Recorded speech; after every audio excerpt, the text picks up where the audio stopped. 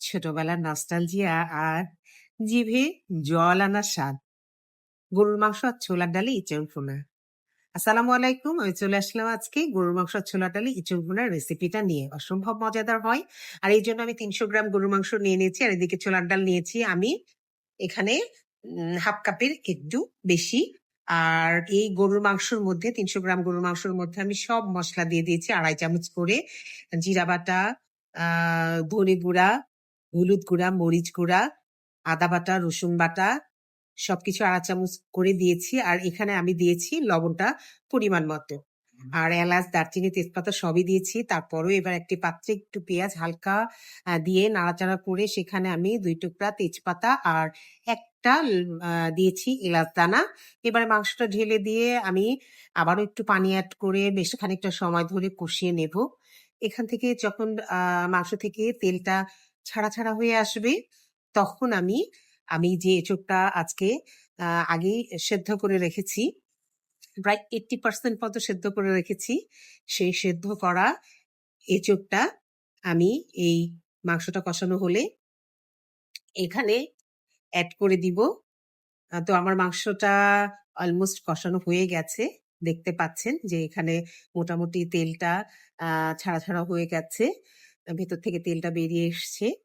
এবারে আমি আমার এই সেদ্ধ করা এঁচড়গুলো এখানে এড করছি। আর এই সেদ্ধ করা এঁচড়গুলো এড করে আমি বেশ খানিকটা সময় সুন্দর মতো আবারও একটু কষিয়ে নেব। হালকা একটু পানি এড করে নেড়েচেড়ে কষিয়ে নেব যাতে মসলাগুলো সুন্দর মতো এঁচড়ের ভিতরে প্রবেশ করতে পারে। আর এই তো এটা কষানো হয়ে গেলে আমি যে ছোলার ডালটা আগে থেকে সেদ্ধ করে পানি ঝরাতে রেখে দিয়েছিলাম, এটা কষানো হয়ে গেলেই আমি ছোলার ডালটা এখানে এড করছি। একটু সুন্দর মতো নাড়াচাড়া করে মিক্সড করা হয়ে গেলে আমি এখানে পানি এড করব। আমি যে প্রেসার কুকারে মাংসটা সেদ্ধ করেছি সেখানে বেশ খানিকটা পরিমাণ ঝোল লেগেছিল। ওই পাত্রে আমি একটা চুলায় পানি গরম করে নিলাম। যেকোনো তরকারিতেই গরম পানিটা এড করলে তরকারির স্বাদটা আসলে দ্বিগুণই হয়ে যায়। আর সেইজন্য আমি গরম পানিটা এড করেছি। আর এই তো এখন গালাগা ঝোল থাকবে। এখন আমি একটু পেঁয়াজের বেরেস্তা দিয়ে দিলাম। জাস্ট একটা স্মেল বা সুঘ্রাণের জন্য। আর দিয়েছি এখানে প্রায় ৭-৮ টি কাঁচামরিচ। আমি কিছুটা সময় এখানে রেখে দিব এটা। মোটামুটি পেঁয়াজ এবং কাঁচামরিচের যে একটা সুঘ্রাণ ছড়াবে সেই পর্যন্ত এখানে থাকবে এইটা চুলার উপরে। আর এখানে দিয়ে দিচ্ছি আমি এবারে ১ চামচ ঘি চারদিক থেকে আমি ছড়িয়ে দিচ্ছি।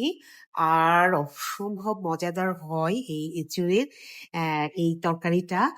গরুর মাংস আর ছোলার ডাল দিয়ে যে এই তরকারিটা আমরা রান্না করি। আর ঝোলটা হবে ঠিক গা লাগা মতো। দেখতে রান্নার শেষ পর্যায়ে মনে হবে হালকা একটু ঝোল রয়েছে গা মাখা, কিন্তু ঠান্ডা হলে এটা একেবারে এর সাথে মোটামুটি একটা অ্যাডজাস্ট হয়ে যাবে।